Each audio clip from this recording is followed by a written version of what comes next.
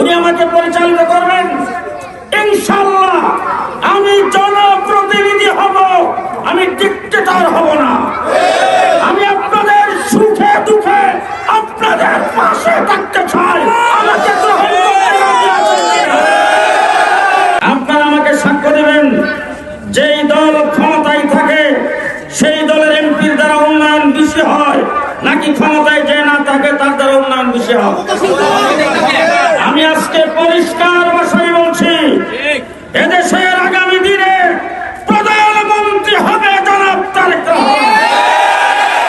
আজকে আপনারা দেখেছেন তিনি যেই দিকে যাচ্ছেন, অফিসে গেছিল, ঢাকা শহর অচল হয়ে গেছে। তিনি বক্তৃতা করতে পারেন না, দাঁড়িয়ে বলছে রাস্তা খালি করে দেন, জনগণের চলাচলের অসুবিধা হচ্ছে। তিনি আজকে অঘোষিত প্রধানমন্ত্রী, তিনি আমাকে এখান থেকে নমিনেশন দিয়েছেন। বিএনপি বড় দল, সেই দলের বাইরে স্যাক্রিফাইস করেছেন, আমাকে সরাইল ব্রাহ্মণবাড়িয়া থেকে নমিনেশন দিয়েছেন। আপনারা যদি আমার হাতকে শক্তিশালী করেন, তারেক রহমান সাহেবের হাত শক্তিশালী হবে। উনি এমপি হবেন, উনি আমার বস, আমি ওনার নেতৃত্বে কাজ করব।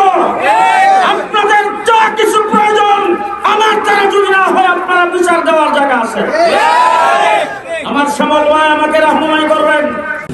এই যুবপূর্ণ আন্দোলনের মধ্যে আমাদের এই সরাইল আশুগঞ্জ আসন থেকে যে মনোনয়ন পেয়েছেন জমিয়ত উলামা ইসলামী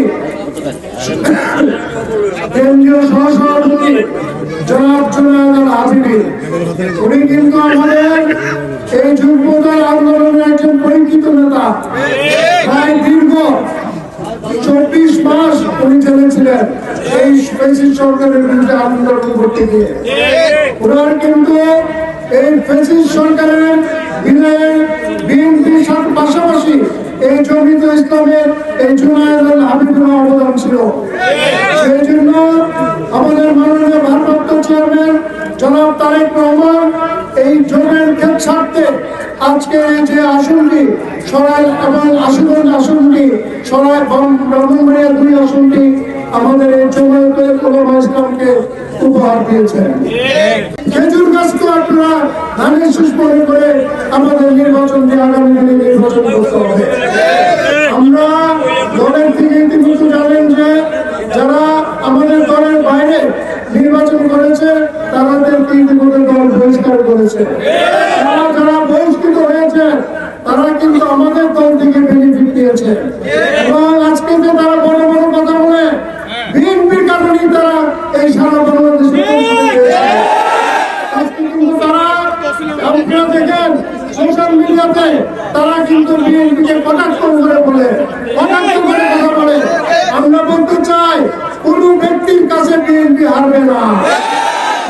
হাজার হাজার নেতা কর্মী বিভিন্ন ইউনিয়নে আছে, বিভিন্ন ওয়ার্ডে আছে, বিভিন্ন অঙ্গ সংগঠনে আছে। আমরা মনে করি আমরা যদি শক্তিশালী হই, আমরা যদি সঠিকভাবে কাজ করি, আমরা এই খেজুর গাছের বিজয়কে আমরা এই সরাইল আশুগঞ্জে আমরা নিশ্চিত করব। ম্যাডাম বেগম খালেদা জিয়ার মাকরাতের উদ্দেশ্যে, তার ইশারে সওয়াবের উদ্দেশ্যে আল্লাহ মেহেরবানি করে কোরআন খতমগুলিকে তুমি কবুল করো।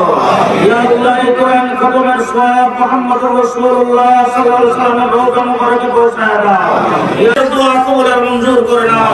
রব্বানা তাকাব্বাল মিন্না ইন্নাকা আনতাস সামিউল আলিম ওয়া তুব আলাইনা ইন্নাকা আনতাত তাওয়াবুর রহিম।